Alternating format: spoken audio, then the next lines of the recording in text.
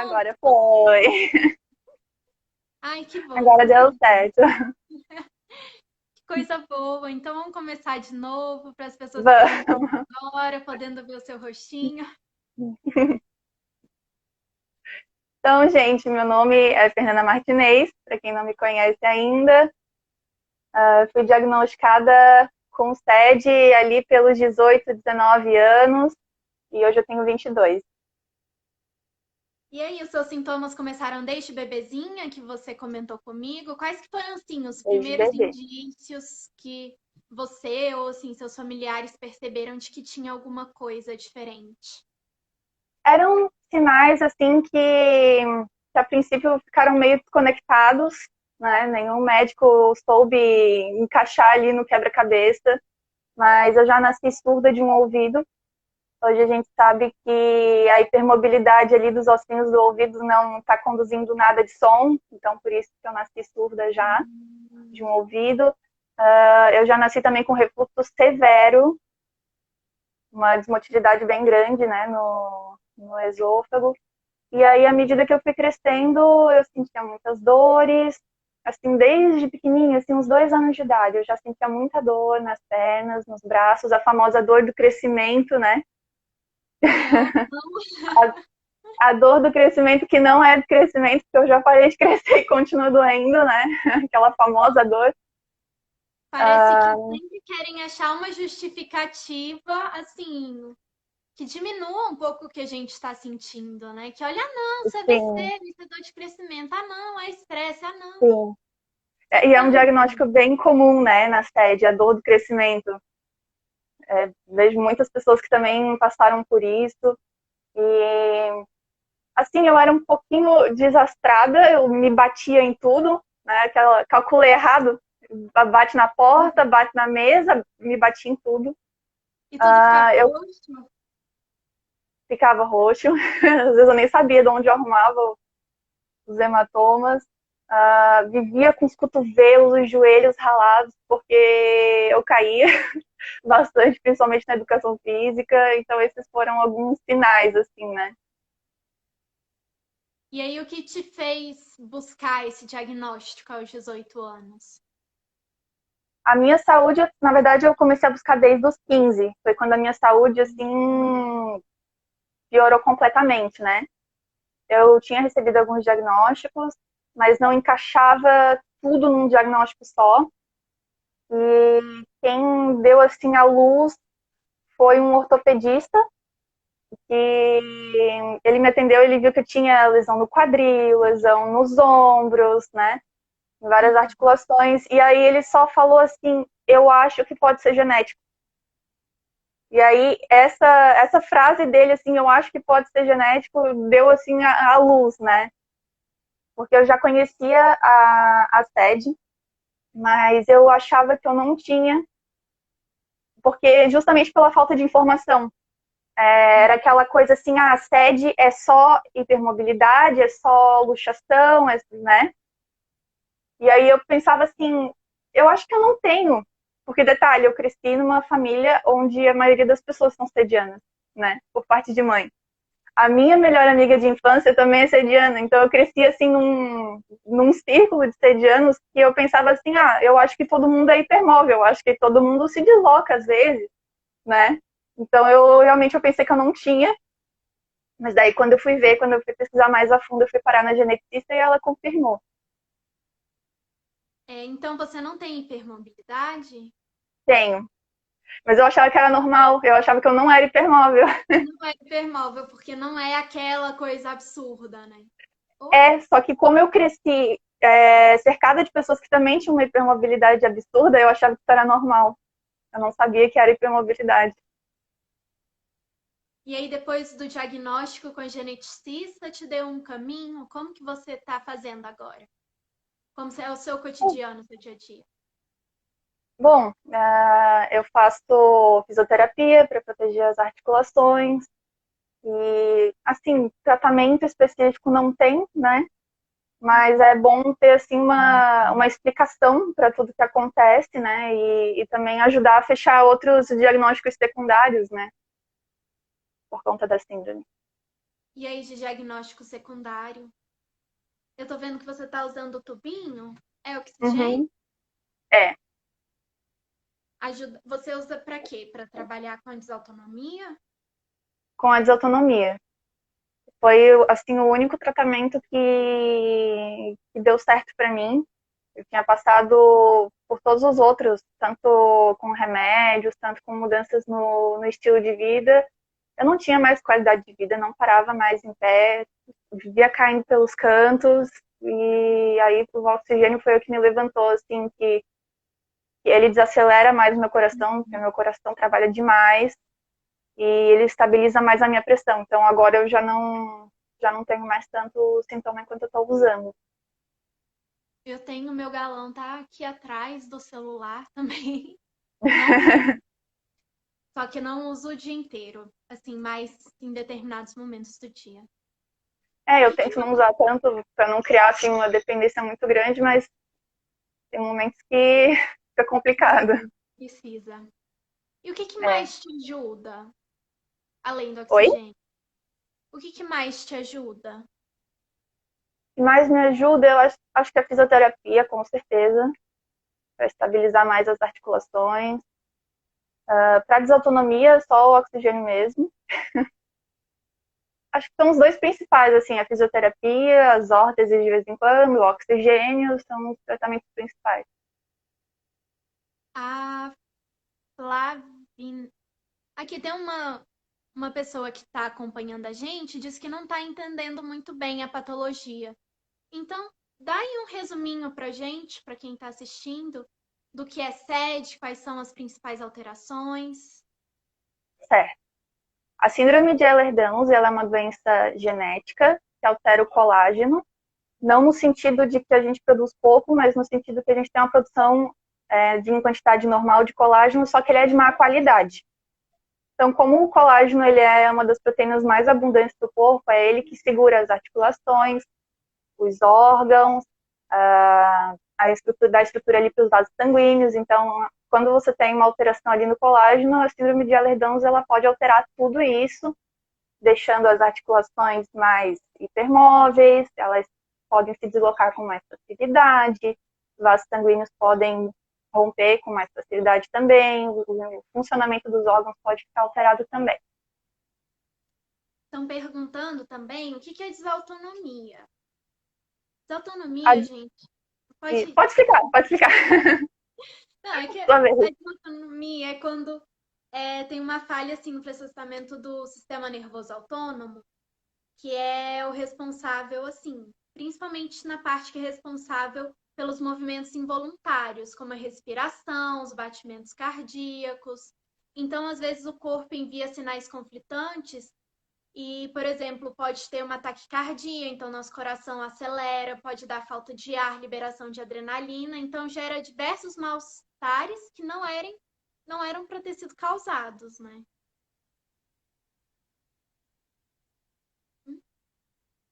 Mas Isso, não sei bem se, isso. se eu expliquei muito, muito direitinho. Mas assim, por exemplo, eu quando Esse tenho crise desequilíbrio, né? desautonômica, dá aquela sensação de desmaio, às vezes a visão escurece. Tem vários tipos de desautonomia, pode ser causada pela postura, que aí é o POTS. Então, quando a pessoa fica muito tempo de pé, a pressão desaba e ela tem sensação de desmaio. Aqui, Isso. né? Ó, uma pergunta, desmaia muito, pode ser isso? Então, quando o desmaio ele está associado a alterações na frequência cardíaca ou na pressão arterial, ele pode estar ligado à desautonomia. Só que aí você precisa de acompanhamento com uma cardiologista para fechar esse diagnóstico. Isso. E desmaio também pode estar associado a várias outras condições, né? Uhum. É uma síndrome muito complexa, às vezes um médico só não dá conta da gente. Verdade. Então, é um Tem que ter uma tratamento equipe aí. multidisciplinar. É um cardiologista, uma nutricionista. Estão Um perguntando reumato, também. ortopedista, tudo, né? Fisioterapeuta, psicólogo, Isso. psiquiatra. Gastro, pneumo, anjo. Nossa. Estão perguntando É, também se o diagnóstico é feito somente com teste genético. da sede, tem um tipo de sede que ele não tem gene reconhecido ainda, então o diagnóstico ele é clínico, mas tem outros 12 tipos de sede que já tem gene conhecido, e aí o diagnóstico pode ser fechado através do teste genético. E aí esse 13º tipo, né, que é exatamente o tipo hipermóvel, que é Isso. bastante comum. Então, aí o diagnóstico ele é feito fazendo assim, vários exames clínicos. O principal é o exame de Bayton, né? Que eles vão Uhum. medir o seu grau de hipermobilidade, vão marcar e dependendo do número de pontos, já é um indício de que você possa ter sede tipo hipermóvel. Só que não necessariamente, não é o único critério diagnóstico, o teste de Bayton, né? É, são vários critérios, né? É uma lista bem extensa, é uma avaliação física bem completa. E aí o profissional ele tem que ser muito bem capacitado. Por exemplo, assim, compartilhando um pouco da minha experiência, eu tenho hipermobilidade mais periférica. Só que assim, eu tenho uma escoliose, eu tenho vários outros indícios de SED, sintomas gastrointestinais, distúrbios de sono, Uhum. desautonomia. Mas a minha hipermobilidade no cotovelo, no joelho, se eu fizer o teste de Bayton, eu não entraria nos critérios para SED. Então, eu demorei muitos anos, Uhum. porque os geneticistas olhavam para mim, diziam: Nossa, isso tem muita cara de SED. E aí me faziam um exame de Bayton, o teste de Bayton, eu não marcava, e aí eles descartavam por causa disso. Então, os profissionais eles têm que estar Uhum. muito atentos, porque como é uma doença assim, de alteração do colágeno, que é a principal proteína do nosso corpo, ele gera sintomas multissistêmicos e às vezes uma coisinha não pode ser o suficiente para descartar o diagnóstico, né? Exatamente. E Fernanda, o score de Bayton também não pega todas as articulações, né? Ele é um indicador muito forte de hipermobilidade, mas ele não avalia tudo. Então tem que ser um médico que saiba disso e que saiba avaliar bem o resto das articulações, né? exatamente. Então, fizeram aqui um comentário sobre vitamina D, que a pessoa, eu acho que eu já perdi, porque tem muita gente mandando, mas assim, na parte de nutrição, de suplementação, como que você faz? Eu Como faço você faz? tudo via parenteral, pela veia, Uhum. tudo mesmo, não faço nenhuma outra suplementação via oral, nem nada. É. Estão falando aqui que SED pode dar vaso vagal. Eu tenho. Gente, vaso vagal é um tipo de desautonomia. Que é uma desautonomia comum que gera desmaio, né? Que aí é um sintoma secundário da SED. Então, não necessariamente todo mundo que tem SED vai ter vaso vagal. Quem vai ter vaso vagal vai ter SED. Isso. Isso. Quando a gente começou a fazer a divulgação das lives, a gente recebeu muitas perguntas assim: como que lida, sabe, com tudo isso, com todos esses médicos, com todos esses diagnósticos, com todos esses tratamentos, como que mantém a saúde mental, como que a gente concilia as atividades do cotidiano com o nosso tratamento e a nossa vida, né? Uhum. Compartilha um pouco com a gente. Bom, depois que eu me vi assim limitada, bem limitada, né, não só por causa da sede, mas por causa de todas as outras doenças secundárias, eu comecei a ir atrás assim de atividades que eu pudesse fazer sem sobrecarregar o meu corpo. E eram atividades que eu também gostava muito de fazer. Por exemplo, eu gosto muito de desenhar, gosto muito de mexer no computador, então eu fui arrumando assim atividades para fazer mais parada, né, para não sobrecarregar tanto e é assim que eu cuido da minha saúde mental. Eu vou criando hobbies, vou inventando um monte de coisa para me manter distraída. É basicamente isso que eu faço. De Então, vez em quando eu tô fazendo alguma coisa nova. e você administra essas páginas do Instagram, né, que alcança bastante gente, Sim. divulga Aham. bastante. Essa página me salvou. Essa página me salvou. É bom poder escrever, desabafar e contar, assim, conhecer outras pessoas também que entendem a nossa realidade, né? É uma terapia tanto.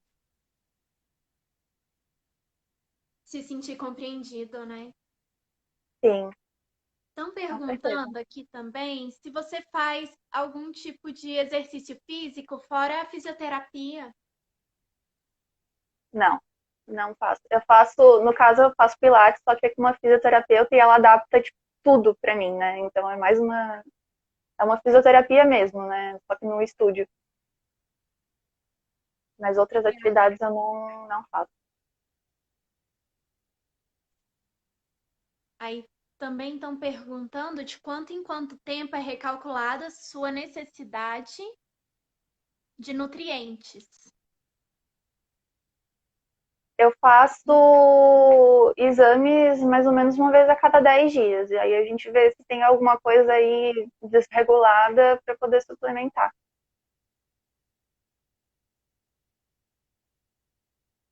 Então, fala um pouco também da sua rotina de alimentação, já que você faz essa suplementação venosa. Aí você também faz controle de alimentação. Bom, a nutrição parenteral total, ela é um foro completo, né? Uhum. Porque eu não como pela boca e também não posso mais receber nutriente pela sonda, como eu recebia antes. Então é um soro bem completo.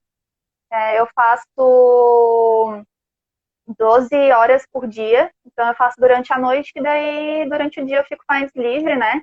Uhum. Pelo catéter. Agora tá desconectado, daqui a pouco vem a enfermeira. E assim, ela é bem completa, ela tem proteína, ela tem calorias, carboidratos, as vitaminas, ela tem de tudo. Então eu fico 12 horas enquanto eu durmo praticamente recebendo o soro naquelas bombas de infusão, né? E aí uma vez por semana, mais ou menos, eu faço os exames para ver se tá tudo certinho nos nutrientes. E água, suco, líquido, você faz injeção de líquido? Eu faço junto com a parenteral também, com soro. 2,5 litros por dia. Deixa eu ver. Perdi algumas perguntas aqui. Eles estavam perguntando mais essa questão da ingestão. Você. Ó, estão perguntando, desde quando você não se alimenta por via oral? Faz uns 2 anos, mais ou menos. Deixa E eu como que coloquei a foi conta. essa decisão? Não foi minha, né? Foi Não, da minha equipe. Não, é porque às vezes tem gente que decide por isso, né? Tem, pior que tem. Ah, eu já não conseguia mais comer pela boca, né? Eu tava muito desnutrida, tava assim, no você fim, e aí é. sentia? Oi? O que você sentia? Quando eu comia, eu ficava muito enjoada, tinha muita dor, minha barriga ela ficava assim toda distendida e a comida ela ficava voltando não digerida, né? Assim, ela voltava na boca, dava para saber o que era exatamente qual era a comida e isso assim horas e horas depois, mais de 8 horas depois, 12 horas depois. Não. Então eu passava mal direto, direto, direto, direto, fui comendo assim cada vez menos, não conseguia mesmo.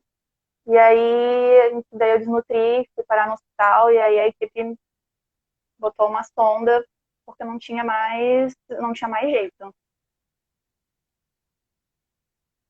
O seu tipo de sede é o hipermóvel? Ou você.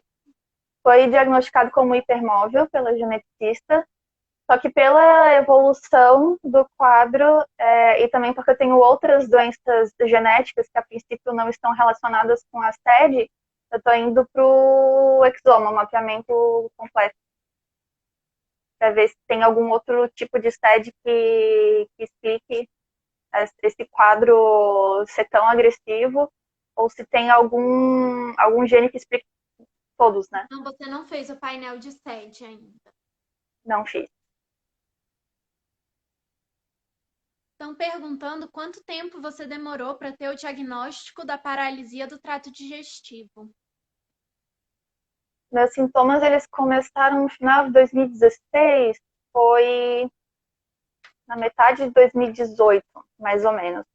Teve uma síndrome, digamos aí, que escondeu meio o jogo, assim, entre essas datas aí, foi consequência da própria paralisia, mas que acabou, digamos que, ocultando a paralisia e chamando atenção só para ela, que foi a síndrome da artéria mesentérica superior. Eu acabei perdendo muito peso e eu acho que deve ter alguma predisposição aí, justamente por causa da série. Quando você perde muito peso, seu corpo ele não tem mais de onde tirar energia, ele começa a queimar a gordura dos próprios órgãos, né? Então, meu intestino, ele perdeu ali a estrutura pela falta de gordura e ele obstruiu. E então, essa obstrução também dá sintomas da gastroparesia. Por isso que acabou ali meio que escondendo a gastroparesia de início. Porque você também não pode diagnosticar gastroparesia se você tiver uma obstrução mecânica, né? A gastroparesia é quando você não tem nada que justifique, né, você ter um retardo de esvaziamento gástrico. Então, acabou atrasando. E aí, só depois que eu tentei corrigir a síndrome, eu não consegui. E aí, só depois que eles foram fazer novos exames e viram que realmente era paralisia do trato digestivo. Então você não vê por enquanto perspectiva de voltar a comer assim pela boca. Não, não, nem os médicos. Síndrome de ativação mastocitária também mandaram uma pergunta. Se você tem. Não, não tenho nada que se encaixe. Para quem não sabe, gente, a síndrome de ativação mastocitária os mastócitos, eles são assim, a primeira linha de defesa do nosso corpo e eles atuam principalmente na parte da inflamação e das reações alérgicas. E os receptores dos mastócitos, eles também são feitos de colágeno. Então, quem tem sede também tem essa predisposição, né? A síndrome de ativação mastocitária, que é quando o nosso corpo tem uma reação exacerbada, uma reação, assim, parecida com alérgica exacerbada a agentes que não eram para causar esse tipo de reação. Então, de vez em quando, um cheiro, algum tipo de alimento, o calor, às vezes coisas do nosso próprio corpo. Uhum. Que Não mais? tenho nada que feche para esse diagnóstico. Eu tenho, assim, só uma alergia bem rara, mas também não fecha para síndrome de ativação. Estão perguntando se você tem alguma coisa. Ah, como você encontrou os médicos que entendem seus casos? Passou por muita dificuldade para achar médicos que entendem o que você tem? Sim, bastante. Eu só achei trocando, trocando, trocando, trocando. E depois que eu achei os grupos ali na internet, algumas pessoas também fizeram indicações, né? Então foi aí que eu fui realmente encontrar médicos mais atenciosos e soubessem mais dos meus diagnósticos, né? É difícil porque a gente até entende, porque SED é uma doença rara.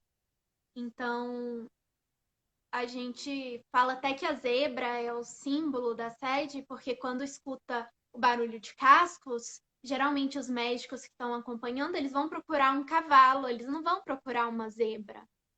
Então, assim, o tempo médio para o diagnóstico de sede é de 20 anos. Que a Kaline fez uma Por aí. live, conversou com a gente. A gente teve sorte de conseguir, assim, com menos tempo. Foi Uhum. muito tempo, mas foi menos tempo do que a média.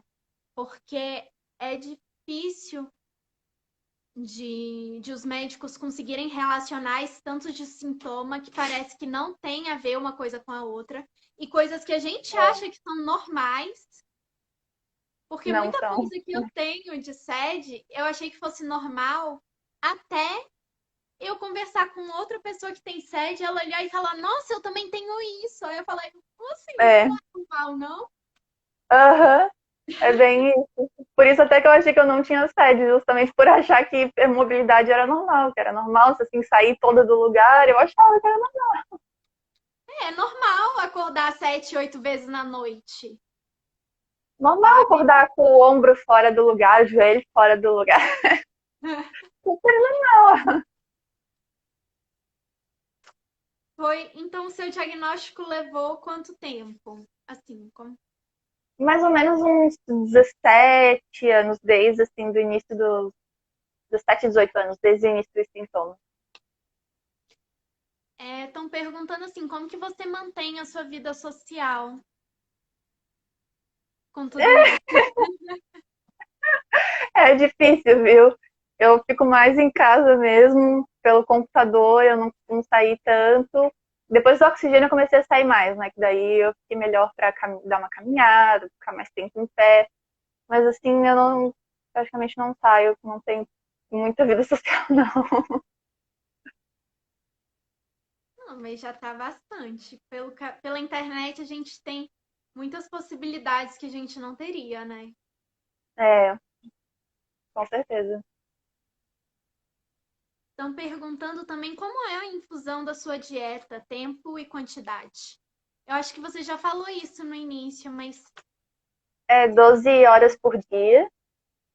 É uma bolsa de 1,5 litro com o soro que tem os nutrientes e mais 1 litro de soro fisiológico para hidratação.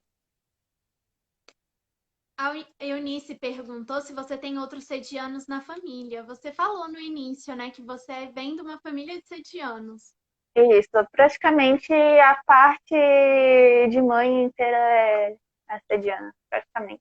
Assim, afetados de maneiras diferentes, em algumas áreas mais, outras menos, mas a geneticista já identificou, assim, quase todo mundo como sediana.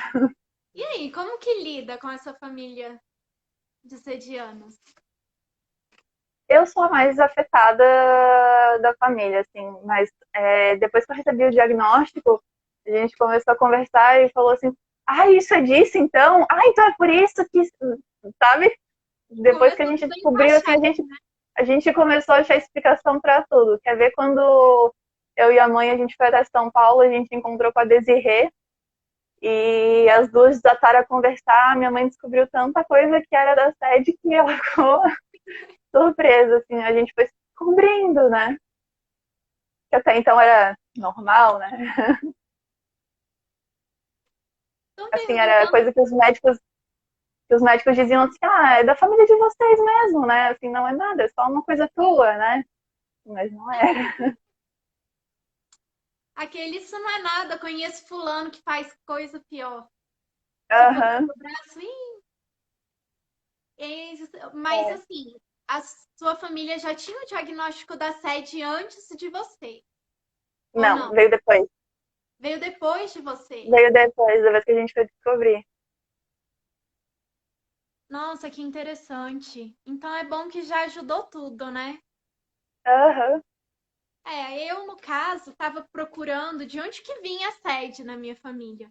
Porque, assim, no caso, eu achava que era só eu. Aí, outro dia, minha avó estava mostrando umas fotos do meu pai, quando ele era criança, dele sentando em W, que é aquela Aham. posição com o joelhinho assim, que é um sinal muito Sim. clássico de hipermobilidade. Aí, parece que deu aquele estalo, falou: Nossa, já tô achando que eu sei de onde veio. Aham. É, bem isso. Aí tem o meu pai também, assim, da parte de pai eu não sei muito, né? Mas ele é do Chile. E o Chile a gente sabe que tem uma prevalência bem grande de sede também, né? Ah, isso eu não sabia. Eu não sei se é porque tem um especialista em sede lá que diagnostica sede assim demais, eu realmente não sei. Mas parece assim que a população do Chile é bem hipermóvel também. É porque a hipermobilidade em si não é um problema, né? O problema é quando ela tá gerando lesões e tá. Sim, sim. Estão perguntando sobre o sistema urinário, se você tem um sistema urinário afetado, como que é? Não, eu não tenho. Quem tem é a mãe. Ela tem aquela hipermobilidade ali de válvula, ela faz infecção urinária direto, direto, direto, direto, direto, direto, direto. É comum quem tem sede também ter problemas no sistema urinário, incontinência, aquela sensação de que não está esvaziando a bexiga, mesmo depois de ir várias vezes ao banheiro. Isso. Isso. A Eu mãe teve muito problema com infecção. Acho que ela teve tanta infecção assim que quando ela era adolescente ela chegou a ter célula metaplásica na bexiga. Tanta infecção urinária. Nossa. É, e aí tem que ter todo um cuidado diferente, né? Que se ela tivesse diagnóstico, Talvez seria um pouco diferente, né? teria sido uma conduta diferente. É. Perguntaram aqui que eu achei interessante sobre o lado espiritual. Estudei. Se você se sentir à vontade. Eu não costumo conversar muito sobre essa parte, porque eu acho que a maioria das pessoas não respeita, né? Assim, Então a gente pode pular essa parte. É uma coisa muito individual, né? E cada sim. um lida com a sua vida e com seus sintomas, assim, de uma forma muito particular. E não tem maneira certa e nem errada de lidar com tudo isso, Não, né? não, desde que a gente esteja bem, se sentindo bem consigo mesma, né? Exatamente. A Juliana perguntou de todos os seus sintomas, qual deles você acha mais difícil? A paralisia do trato digestivo, com certeza é o que inferniza a minha vida. É, porque o que te causa mais Que tem fatiga, mais né? complicação, que tira totalmente da rotina, que muda completamente, né? Estão perguntando também como que você descobriu a sua desautonomia, quais foram os primeiros sinais? Desde pequenininha eu já dava assim umas desmaiada básica, mas depois assim, era uns sintomas assim bem esporádicos, e aí depois dos 15 anos piorou. Eu descobri através de um cardiologista, através do tilt test, do Holter. Foi ali que eu descobri. Eu ficava assim, muito tonta quando eu levantava, eu ficava completamente cega por uns minutos. Foi assim que eu descobri, através desses sintomas assim, quase desmaiava direto. Teria alguma coisa que você poderia dizer assim que foi um aprendizado que você trouxe de tudo isso, desses anos de luta e Bom, de busca aí? com certeza, assim, eu descobri que eu era realmente mais forte do que eu imaginava. E a partir daí eu descobri também, assim, o que eu chamo, assim, que é meio que o sentido da minha vida, que é ajudar as outras pessoas através da minha história, né? Eu descobri muita coisa, eu passei a valorizar muito mais os momentos, né? Assim, os dias bons. Acho que em todos os sentidos foi um grande aprendizado para mim.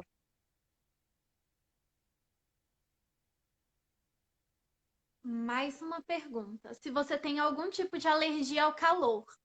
Tenho sede, desautonomia, consequentemente, tenho muito problema com o tempo quente.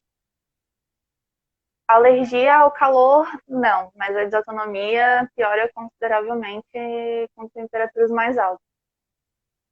E além da desautonomia, não sei se a pessoa que perguntou estava acompanhando na hora que a gente falou de síndrome de ativação mastocitária, mas calor, o suor também pode desencadear sintomas Uhum. da SAM, que aí seria uma alergia, assim, uma reação alérgica ao calor. Mas o calor ele desencadeia tanto a desautonomia quanto pode estar também na SAM. Aí depende, né, de pessoa a pessoa, É, o que vai estar mais. Ai, nossa, quanta coisa. bastante. Estão Pede tem perguntando assunto até 2021, né? até 2021. Assim, então, Estão perguntando um pouco da sua vida amorosa, se você se sentir confortável em compartilhar. Eu namoro há 7 anos, mais ou menos. Se ele estiver vendo essa live, ele me mata. Mentira. É mais ou menos há uns 7 anos já eu namoro. Ele tá comigo, assim, desde que tudo começou. Eu fiquei doente, assim, 6 meses depois que a gente começou a namorar, minha saúde piorou. E ele vai comigo até o fim. Nossa, que lindo. Deu sorte. Assim, super merecido alguém que te acompanhe nisso tudo. A gente precisa Sim, sozinho, a gente não dá conta. é. Estão perguntando também sobre o seu ciclo menstrual. Se Não você tem tenho. ovulação. Não tem? Não tem Não porque tenho. toma bloqueador? Eu Tipo, tive que cortar. Eu tive que cortar porque era um gatilho muito, muito grande pro angioedema hereditário. Eu também fui diagnosticada. Era um gatilho, assim, que oferecia risco de vida. Aí não tive outra opção. estão perguntando também da sua relação com a água. Eu tô meio por fora desse assunto de alergia de água, mas já vi vários comentários. Você- É de longe o mais perguntado. É de longe. É uma alergia na pele. Quando entra em contato com água, não importa, assim, pode ser quente, pode ser fria, pode ser água mineral, pode ser água destilada, pode ser água de chuveiro, de lágrima, de história, qualquer coisa que tenha água em contato com a pele, ela causa urticária, coceira, às vezes dói. É uma alergia, assim, é a única alergia que eu tenho, praticamente. Estão perguntando qual o segredo para manter o sorriso. O segredo, acho que é estar se sentindo bem com você mesma, estar rodeada de pessoas que você gosta. É isso. Estão perguntando também se a gente passou por preconceitos durante a vida por causa das doenças. Um pouco, sim, principalmente na escola. Depois, assim, depois dos 15 anos em diante, nem tanto. Mas na escola, assim, era reconhecida como a menina que era quebrada, né? Era sempre assim, toda torta, não tinha postura, era sempre assim. É, no meu caso, eu acho que o maior preconceito que eu sofri foi por não ter nenhuma alteração em nenhum exame. Desde que eu era pequenininha, os meus primeiros sintomas foram não dormir, que eu desde bebezinha eu não dormia, e quando eu comecei a ter a introdução alimentar, eu não aceitava comida. Minha mãe dizia assim, que era como Uhum. se tivesse bicho na comida. Que eu tinha pavor, pavor, que eu chorava, eu gritava. E eu só Vomitava aceitava também, eu leite vomitava de vaca. direto. Eu só aceitava leite, só aceitava leite. E como minha mãe engravidou do meu irmão logo depois de mim, aí ela parou de amamentar e eu fiquei só no leite de vaca. E aí eu vomitava. Uhum. Eu tomava o leite de vaca e eu vomitava. E eu tomava o leite de vaca e eu vomitava. E eu tomava e vomitava. E aí eu tava super desnutrida. Minha mãe me levava nos médicos e eles diziam que ela estava ansiosa. Então, assim, Uhum. sabe esses sintomas que ninguém sabe dizer de onde De vem? onde, E aí vai, aham. não, você tá ansiosa. Não, você não tem nada. Assim, cheguei aí num médico péssimo, eu tava pesando 38 quilos. 1,60, 38 quilos. E o médico olhou assim pra mim e falou: você tem transtorno somatoforme do tipo doloroso. Que basicamente, gente, traduzindo pra quem é leigo, chama neurose. E Exatamente. anorexia. O que Anorexia nervosa, tem. anorexia nervosa. Então, assim, pra mim esse é o maior preconceito que eu sofri como sediana. Não sei até que ponto você se identifica, mas É, dos médicos, sim, me identifico, assim, até certo ponto. então até família às vezes não acredita na gente. Custa, viu? É. Verdade. Sobre a parte psicológica, ansiedade, depressão, passa ou passou por isso? Não, não, nunca fui diagnosticada com nenhuma das duas. Estão Já passei por perguntando, acompanhamento psicológico, mas não fui diagnosticada com nenhuma. mas não com quadro de ansiedade e depressão, né? Não. Estão perguntando como que você faz para tomar banho. Tem que tomar banho, né? Não tem outro jeito. Assim, quanto menos vezes eu me expor, menor é a próxima reação alérgica, né? Então dá para tolerar, assim, uns 3 minutos, 5 minutos no máximo, antes de começar a pinicar tudo. Então, eu tomo, assim, banho de corpo inteiro, mais ou menos umas 2 vezes na semana. O resto é só banho de gato. Porque senão a reação vai ficando muito forte. E aí depois, assim, se for muita exposição, é entrar no chuveiro e começar a coçar, sabe? Então, Uhum. eu regulei mais ou menos um meio termo, né? Então já E assim tá eu vou levando. adaptada, né? É, Vi uma pergunta lá em cima que a gente perdeu, mas que eu anotei aqui. Se é possível ser a primeira sede na família. É possível, sim. Você pode ser a primeira, né, da sua linha a ter mutação genética, mas aí quem tem que ver isso é o geneticista, que vai fazer essa sim. investigação. Também perguntaram se nos exames de sangue não tem alteração. Eu não tenho Tipo assim, nenhuma. eu também não tenho nenhuma alteração. Pra sede em si, eu não tenho. Eu também não tenho. Às Nenhuma que eu vezes, consiga me lembrar. o que de Não. alteração que eu acho que dá é, por exemplo, uma escoliose, é uma lesão, né? É, na parte de imagem, né? São na parte de imagem, mas tem dores crônicas que você pode fazer todo tipo de exame de imagem que você não vai achar nenhuma justificativa. É, Então, por isso que é uma doença invisível, né? Que a gente está com aqui e nem certeza. sempre. Ou às vezes não tem nem recurso para identificar, né? Alguma lesão, alguma coisa do tipo, né? Não, às vezes uma subluxação você não consegue ver Uhum, por exame de imagem, mas se for uma pessoa capacitada, um fisioterapeuta capacitado, ele vai saber identificar se você tem sim, luxação. isso mesmo. Estão perguntando da fibromialgia. Eu recebi esse diagnóstico também. Eu Um também pouco já passei. controverso, né? Tem gente que diz que não se pode ter sede com fibra ao mesmo tempo.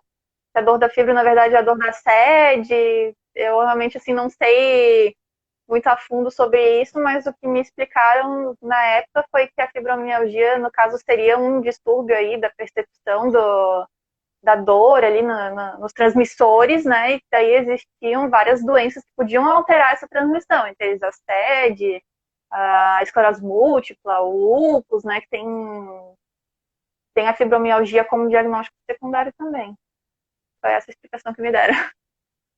Quando a fibromialgia eles dão como diagnóstico principal, o protocolo é bem diferente de STED. Sim, bem diferente não, mas ele tem coisas diferentes de STED. Então, quando a gente passou por Sim. diagnóstico de fibro, a gente tentou um protocolo que não funciona para a maioria das pessoas. Aí é muito controverso, gente, falar de fibro, porque tem gente que fala que até fibromialgia não existe. Tem gente que É, chega assim, nesse extremo de falar que é porque a pessoa ainda não conseguiu chegar no diagnóstico certo. Então, é um é, ponto é mais. bem confuso essa parte. Estão perguntando se tem cuidado extra, se você tem algum tipo de cuidado extra com animal de estimação. O único cuidado que eu tenho assim com a minha cachorrinha é não deixar ela encostar nas pontas aqui do catéter ou aqui perto do do curativo. Aí, no caso, eu coloco mais uma blusa por cima e tapo tudo, pra poder pegar ela no colo, essas coisas assim. Ou então, em relação, quando eu tô conectada no aparelho ali, cuidar pra ela não puxar e arrancar tudo, né? É só isso, praticamente.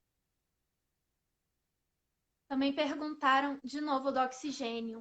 Se você usa 24 horas por dia. Não, eu uso mais assim, quando eu tô com a pressão bem mais baixa, quando o coração tá trabalhando muito já forçado, quando eu vou falar muito, que eu também fico bem cansada, quando eu vou ficar muito tempo em pé, então eu uso mais nesses casos. Como você faz o controle de dor?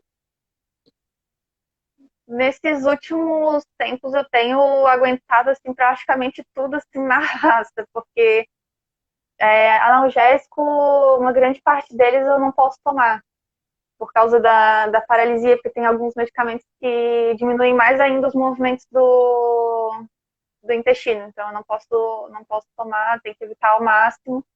E aí eu só posso tomar o quê? Paracetamol, não adianta muito, ou dipirona, também não adianta tanto.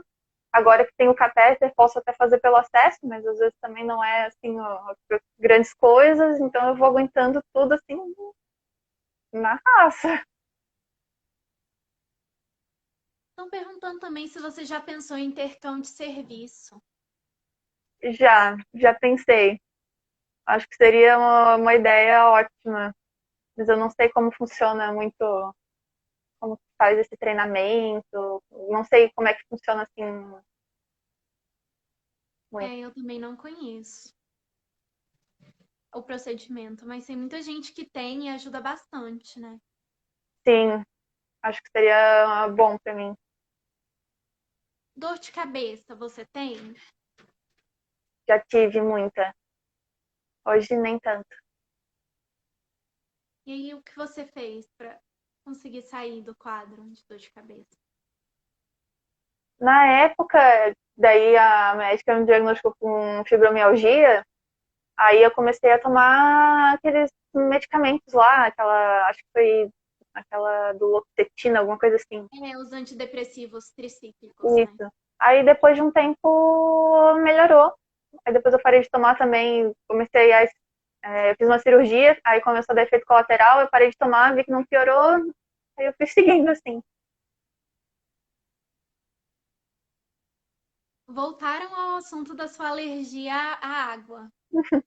Se é só na pele por fora ou se tem problema com saliva, Não, é só na pele. só na pele.